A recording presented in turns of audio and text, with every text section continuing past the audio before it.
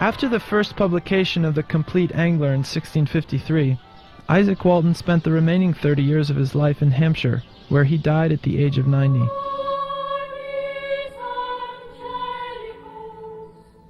Today he is buried in Winchester Cathedral. The people had somehow forgotten about him, so they were using the chapel where his gravestone lies as a broom closet. Can you imagine? Over Walton's very grave.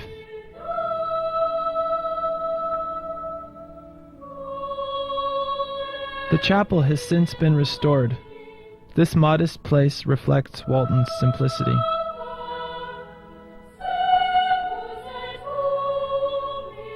Says Piscator to Venator, "As for my simplicity, if you mean such simple men that lived in those times when there were fewer lawyers, I say, sir, it is these men that are simply contented and find happiness in a drop of dew. Because they're thankful for what they have, and are not concerned with always getting, catching, and corrupting."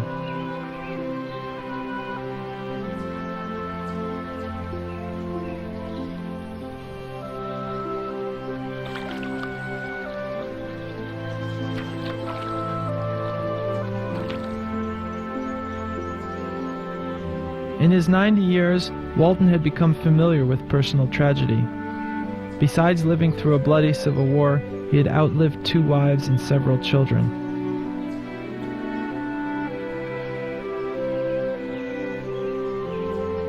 Disillusioned with his country and times, he found that there are very few things that we ever indeed have. A friend, a lover, or a relative are all mortal.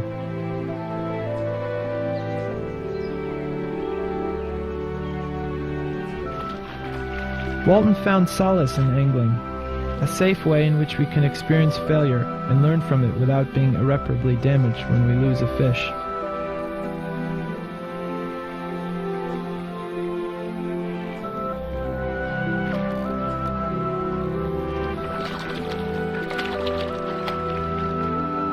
In particular, a 4-pound brown trout I might have landed had I not left the net in the car.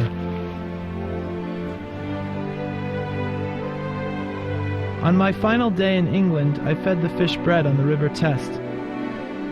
The trout had become town pets, and I knew I could fish this river, but I had little desire to cast to them.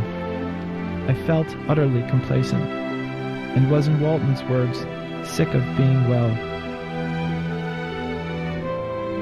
I had a yearning to somehow return to the primitive, to cast a thread and bent safety pin with some bait, preferably worm, in the pond across from my home in Easton, Connecticut.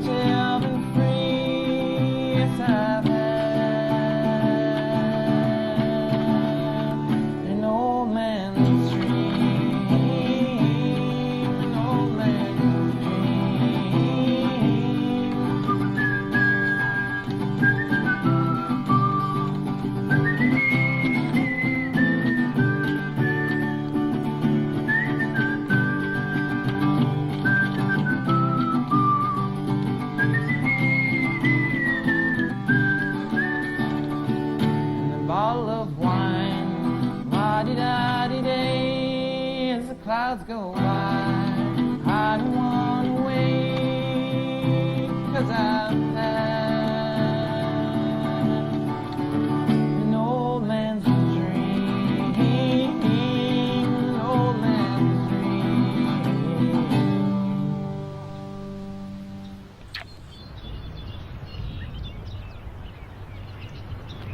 This is a fishing world where there are no rules, no dry fly codes. It bothers me when modern-day anglers are critical of Isaac Walton's book because they somehow view his techniques for catching fish as obsolete or immoral. Because he sometimes caught trout with bait. Heaven forbid.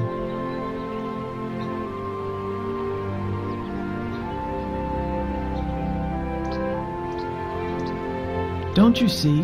The book's not about fishing. It's about life. Or rather, it is about fishing, but fishing is life.